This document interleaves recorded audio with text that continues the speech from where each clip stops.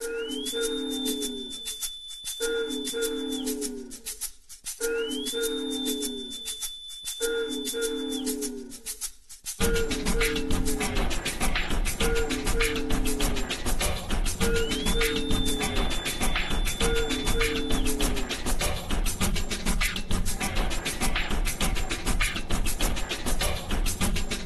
guys, and welcome back to another day and welcome back to my channel Singham Wheels. అయితే మన season 7 అంటే season 6 మనం సిక్కిం వెళ్ళకంటే మళ్ళీ తిరిగి వచ్చాం కదా. సో ఇప్పుడు మళ్ళీ సిక్కిం వెళ్దాం అనుకున్నాను, కానీ మళ్ళీ లేదు, అగైన్ పూణే వెళ్దాం అనే ఆలోచనలో కూడా ఉన్నాను. సో ఫైనలీ డిసైడ్ అయిపోయాను పూణే వెళ్దామని. సో దీంట్లో ఏంటి అని అంటే మళ్ళీ రెండో విషయం, ప్రతిరోజు చాలాసార్లు వందల సార్లు తిరిగాను హైదరాబాద్ రూట్లో.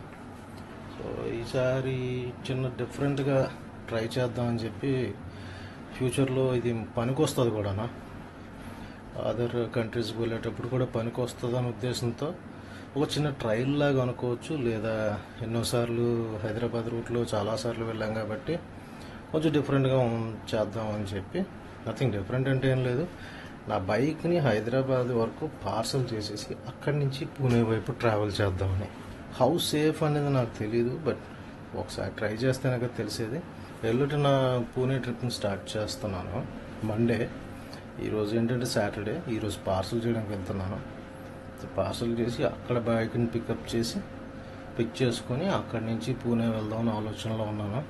సో టికెట్ అయితే చేయించుకున్నాను, బట్ పార్సల్ దాని ప్యానియర్స్ అవన్నీ వాళ్ళు ఎలా చేస్తారో లేదో తెలీదు, లేదా ఎక్స్ట్రా లగేజ్లో పెడతారా లేదా అని తెలీదు. సో ఇన్ దట్ పాయింట్ ఒకసారి వెళ్ళి కనుక్కొని ఎవ్రీథింగ్ గోస్ గుడ్ పార్సల్ చేసేద్దాం. లేదు వాళ్ళు ప్యానియర్స్తో ఏమైనా ఇబ్బంది పెడితే మళ్ళీ రోడ్డు దారే పట్టేద్దాం. సో వెళ్ళి అక్కడ పార్సల్ ఎలా చేయాలి ఏంటి అనే విషయాలు కూడా చూద్దాం. Okay, let's go. Pannier boxes అయితే బండితో పాటు పెట్టి ప్యాక్ చేయమన్నారు.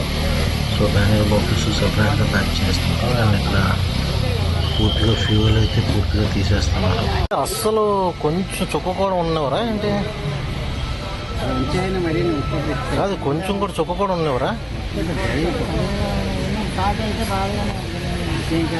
స్టార్ట్ అయిందనుకో అక్కడ ఊర్లో ఇది ఫైనల్గా ప్యాక్ అయిపోయాను మన బండి. బైక్ పార్సల్ అయితే చేసేసాను. టోటల్గా వాళ్ళ ఛార్జెస్ తీసుకుంది 2400 అండ్ ప్యాకింగ్ ఛార్జెస్ 590, అది 600 అనుకుందాం, 3000 అయింది. అండ్ వాళ్ళు గిప్స్ అని చెప్పి ఒక 100 తీసుకున్నారు. అండ్ అక్కడ కాచిగూడ, సికింద్రాబాద్ కాదు కాచిగూడ వాళ్ళ కేబిన్ ఉంటుందంట.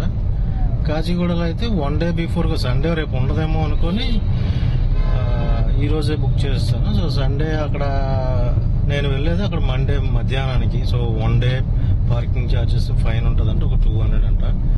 అండ్ ఎక్స్ట్రా అన్ప్యాకింగ్ కోసం కూడా ఒక 200 ఇవ్వాలి అని అంటున్నారు. సుమారుగా 3500 అవుతుంది. If I'm travelling by bike 1 day room అయితే తీసుకోవాలా. డీజిల్ పెట్రోల్ అయితే సుమారుగా దగ్గర 3000 అవుతుంది హైదరాబాద్ వరకు. 3000 అవ్వకపోవచ్చు. అంటే చిన్న ట్రయల్, ఎందుకంటే ఫ్యూచర్లో ఎప్పుడైనా ప్యాకింగ్ చేసుకొని బయట కంట్రీకి ఎప్పుడైనా తీసుకెళ్ళేటప్పుడు ఉపయోగపడుతుందని చిన్న ట్రయల్ ఎక్స్పీరియన్స్ కోసం. That's all. ప్యాకింగ్ అయిపోయింది. అండ్ కాచిగూడలో నెక్స్ట్ వ్లాగ్ ఇన్ కంటిన్యూషన్లో మనం అక్కడ అన్ప్యాకింగ్లో కూడా చూద్దాం. ఇది శ్రీ సాయి ట్రాన్స్పోర్ట్ అంటే ఇది ప్యాకింగ్ సంబంధించింది. 590 అని రాశారు. అండ్ ఇది మెయిన్ బిల్లు 2400 బైక్ పార్సల్ కోసం. హైదరాబాద్ వరకు అని అంటే it's not worth enough. Travel చేసుకుని వెళ్ళిపోవడం బెటర్. స్టార్టింగ్ అయితే నా ప్యానియర్ బాక్సెస్ గురించి రాయలే. ఆ ప్యానియర్ బాక్సెస్ గురించి మళ్ళీ రాసుకొని ఇక్కడ మళ్ళీ రాయించుకున్నాను. Good morning guys, welcome back to another day. ఈరోజు అయితే ఆల్మోస్ట్ ఒక 7 years తర్వాత ఫస్ట్ టైం మళ్ళీ ట్రైన్ ఎక్కుతున్నా. బైక్ అయితే కాచిగూడ స్టేషన్లో ఉన్నది. నేనైతే ఇప్పుడు ట్రావెలింగ్ టు హైదరాబాద్. ఈరోజు time now is 5:30 and 5:45 train. ఇంకేదో ట్రైన్ కాదు, 1 భారత్. 7 years తర్వాత మళ్ళీ ఫస్ట్ టైం మళ్ళీ ట్రైన్ ఎక్కడమే. And first time Vande Bharat journey. 5:45 train అంట. అండ్ 2:15కి అక్కడ రీచ్ అయిపోతాను. ఆల్మోస్ట్ స్టేషన్ దగ్గరలో ఉన్నాను. స్టేషన్కి వెళ్ళి వందే భారత్లో కూర్చొని చూద్దాం వందే భారత్ జర్నీ కూడా ఎలా ఉన్నదో చూద్దాం. అండ్ వెళ్ళిన వెంటనే ఫస్ట్ ఆఫ్ ఆల్ మనం బైక్ని అయితే అన్ప్యాక్ చేయించుకోవాలి. అన్ప్యాక్ చేయించుకొని మోస్ట్లీ ఈరోజు హైదరాబాద్లోనే స్టే చేస్తాను. రేపు మార్నింగ్ పూణే వైపు ట్రావెల్ చేస్తాను. స్టేషన్కి అయితే రీచ్ అయిపోతున్నాం.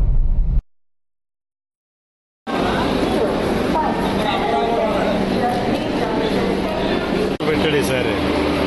ఇంతకుముందు అంటే విజయవాడ, రాజమండ్రి ఉన్నా కానీ ఇప్పుడు సామర్లకోట కూడా పెట్టాడు.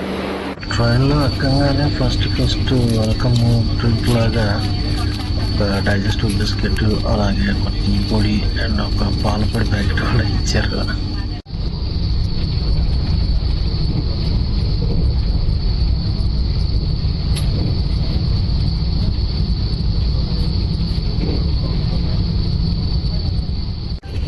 కొద్దిసేపటికి సామర్లకోట స్టేషన్ దాటేసాము. సామర్లకోట దాటంగానే బ్రేక్ఫాస్ట్ సర్వ్ చేశారు.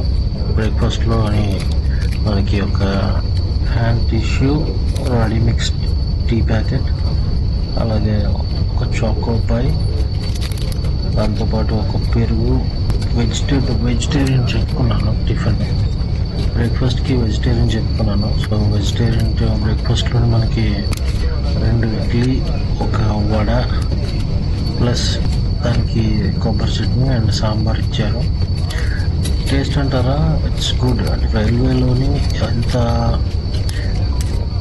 ఇంత మంచి టేస్ట్తో ఉన్న ఫుడ్ సర్వ్ చేస్తారు అని ఎప్పుడు అనుకోలేదు. సో ఓవరాల్గా అయితే టేస్ట్ వెరీ గుడ్.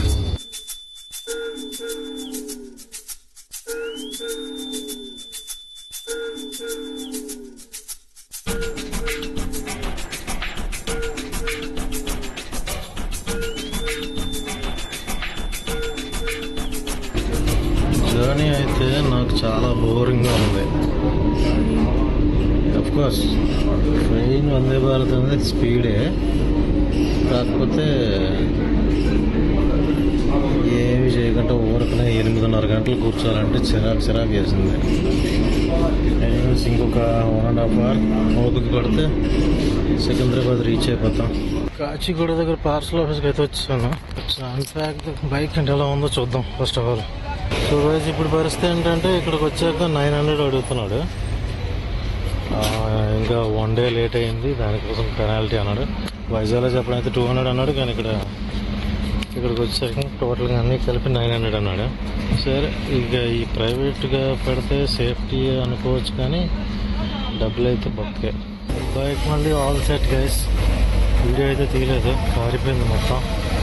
అక్కడ బండి వదిలేసి ఇక్కడ ప్యాకింగ్ తీసిపోయాడు. ఇప్పుడు అసలైన పాటలు ఉన్నాయి, పెట్రోల్ తేలేదు. చూద్దాం ఏంటో పరిస్థితి. Good evening guys. అండ్ ప్రస్తుతానికి అయితే సంగారెడ్డికి వచ్చేసాను. సంగారెడ్డిలో రూమ్ తీసుకున్నాను. సంగారెడ్డి ఇప్పటి వరకు హైదరాబాద్ నుంచి బయలుదేరి లగేజ్ అంతా పార్సల్లో పెట్టింది, బ్యాగ్లో తెచ్చింది, ఇంకా సార్ట్అవుట్ చేసుకోలేదు. సో అందుకని కెమెరాస్ అవన్నీ లోన్నే ఉండిపోయాయి. సో వ్లాగ్ అయితే చేయలేదు. సో రేపు మార్నింగ్ నుంచి ఇన్స్టా 360 విజన్లో రేపు మార్నింగ్ నుంచి స్టార్ట్ చేస్తాను. సో ప్రస్తుతానికి అది.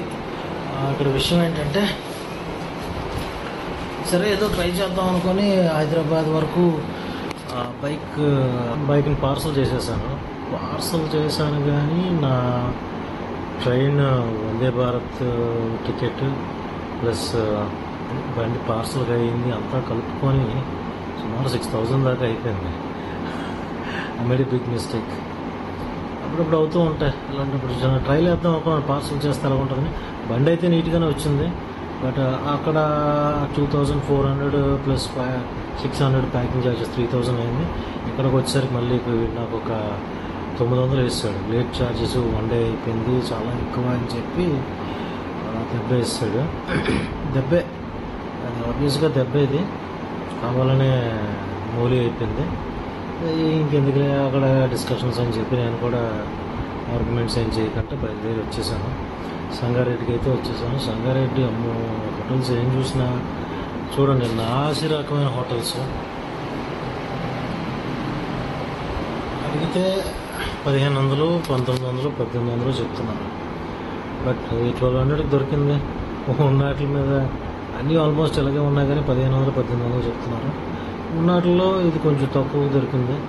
సంగారెడ్డి లోనకి వెళ్తే ఓకే ఫైన్, బట్ సంగారెడ్డి లోనకి వెళ్ళి మళ్ళీ అదొక 6-7 కిలోమీటర్స్ మళ్ళీ మార్నింగ్ రిటర్న్ రావడానికి కాదు కానీ అలాగా అది కరెక్ట్ కాదని చెప్పి హైవేలో ఉన్న హోటలే చూసుకున్నా. So that's all. రేపటి నుంచి రోడ్ బ్లాగింగ్ అంతా స్టార్ట్ అవుతుంది, మోటో బ్లాగ్ అంతా స్టార్ట్ అవుతుంది. ప్రస్తుతానికి ఇది హైదరాబాద్ వరకు వచ్చింది. సంగారెడ్డి వరకు డ్రైవ్ చేసుకొని వచ్చాను, టూర్ తీసుకున్నాను. అండ్ గుడ్ నైట్ ఫర్ నా. మళ్ళీ రేపటి బ్లాగ్లో ఫ్రెష్గా సీజన్ 7 టువర్డ్స్ పూణే. రేపు యాక్చువల్గా ఈ ప్లాన్ ఏంటి అని అంటే మహారాష్ట్ర కింద వైపు అంటే గోవాకి ఆనుకొని ఉన్న సావంతవాడి, పండ్రపూర్, అలాగే ఇంకొకటి ఏదో బీచ్ ఉన్నది, ఆ బీచ్ అవన్నీ చూసుకుని అటువైపు అలాగే పూణేకి పైకి వెళ్దామని ప్లాన్. సో అది సీజన్ 7 ఎలా జరుగుతుంది అనేది చూద్దాం. సీజన్ 7 అంటే డిఫరెంట్ రూట్, సిక్కిం వైపు వెళ్ళలేదు, ఇట్స్ డిఫరెంట్ రూట్. పూణే వైపు వచ్చేసాను. కొంచెం పూణే వైపు కూడా కంప్లీట్ అయిపోతే నెక్స్ట్ మహారాష్ట్ర, గుజరాత్ అటువైపు పెట్టుకుందాం అన్న ఐడియాతో ఇటువైపు వచ్చాను. One bad thing I did, train journey 8.5 hours journey 7 years తర్వాత. 7 years తర్వాత, సీరియస్లీ 7 years తర్వాత మళ్ళీ ట్రైన్ ఎక్కాను. That was really a boring journey. Of course Vande Bharat speed almost 125, యావరేజ్గా 120, 130, హైయెస్ట్ 130 వెళ్ళాడు. యావరేజ్గా 100 పైనే, 100 and 120 మధ్యలో అలాగా కొట్టాడు. బట్ ఏంటంటే 8.5 hours రోడ్డు మీద తిరిగి, కార్లో తిరిగి, ఇప్పుడు సడన్గా కామ్గా కూర్చోమంటే నా వల్ల కాలేదబ్బా. That was a really boring journey. And ఇక్కడికి వచ్చాక అదొక దెబ్బ. అండ్ బైక్ ఇంజిన్ ఆయిల్ ఒకటి లైట్గా కారుతుంది. ఆయిల్ సీల్ రిపేర్ చేయించుకునే ప్లేస్ ఎక్కడైనా ఉంటే చూసి చేయించాలి. అఫ్కోర్స్ హెచ్డీ కానీ ఉండుంటే మాత్రం హెచ్డీదే చూపిస్తాను. మొన్ననే సర్వీస్కి ఇచ్చాను, బయలుదేరి ఒక 1 week ముందు. సర్వీస్ ఇచ్చినప్పుడు డౌట్ వచ్చింది, ఏంటి ఆయిల్ లీక్ అవుతుందంటే వాడు కుర్రోడు కొంచెం టైట్ చేశాడు, లూజ్గా ఉండుంటుంది. అంటే ఓవర్ఫ్లో అవుతుంది కదా, ఓవర్ఫ్లో ఏమో అని అనుకున్నా. బట్ ఇది ఓవర్ఫ్లోలో లేదు, కొంచెం లీక్ ఉన్నట్లున్నది. సో అదొక టాస్క్ ఉన్నది రేపు చేయించడానికి. బట్ రేపు అయితే మాత్రం పందర్పూర్, సోలాపూర్ దగ్గరలో పందర్పూర్కి విజిట్ చేయడానికి వెళ్తాను. Until then, good night for now. Keep liking my videos and keep subscribing. Thank you.